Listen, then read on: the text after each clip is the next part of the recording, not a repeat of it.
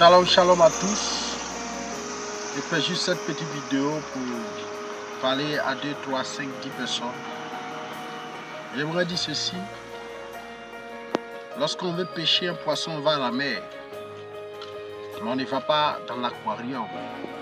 Mais pour la plupart des temps, j'ai remarqué que les gens aiment pêcher les poissons qui sont déjà dans l'aquarium parce que là, c'est plus facile. Parce qu'il est plus difficile de pêcher un poisson à la mer que de pêcher le poisson qui est dans l'aquarium. Celui qui est dans l'aquarium est déjà pêché. Et s'il a été déjà pêché, on n'a plus besoin de le pêcher.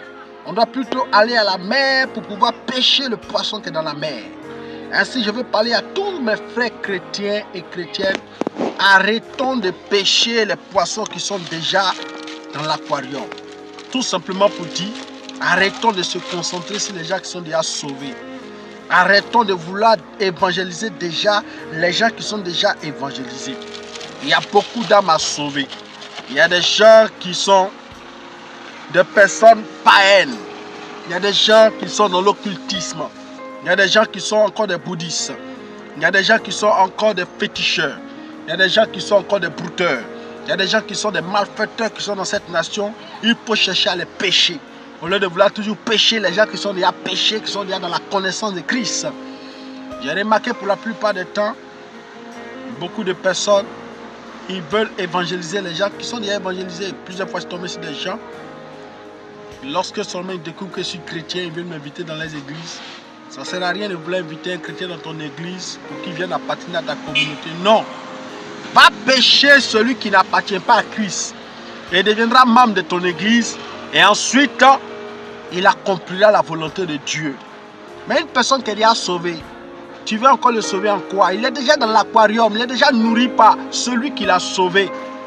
Quand le poisson est dans l'aquarium, il est nourri par celui qui l'a payé, qui l'a acheté, qui a payé le prix pour l'avoir. Donc toi, qu'est-ce qu'il faut faire? Il faut aller chercher aussi tes poissons. Et ton poisson, c'est le païen. Ton poisson, c'est celui qui est encore perdu, car Jésus a dit à Pierre que je ferai de toi pécheur d'hommes. Donc mon frère, tu dois aller chercher tes poissons. Arrêtons de vouloir évangéliser les gens qui sont déjà sauvés. Arrêtons de vouloir faire venir dans notre église les gens qui sont déjà sauvés. Allons plutôt vers les âmes perdues. Jésus, quand il était ressuscité, il a dit, oui, je suis ressuscité, c'est en Galilée que vous allez me trouver, c'est la terre des païens. Galilée veut dire la terre des païens. Donc mes frères, concentrons-nous sur les païens au lieu de se concentrer à vouloir sauver les gens qui sont déjà sauvés, prêcher aux gens qui sont déjà prêchés. Osborne disait, pourquoi me fatiguer à prêcher l'évangile aux gens qui ont déjà entendu l'évangile 10 000 fois? Je préfère prêcher l'évangile à des personnes qui n'ont jamais entendu l'évangile, de telle sorte que le royaume puisse s'agrandir en nombre.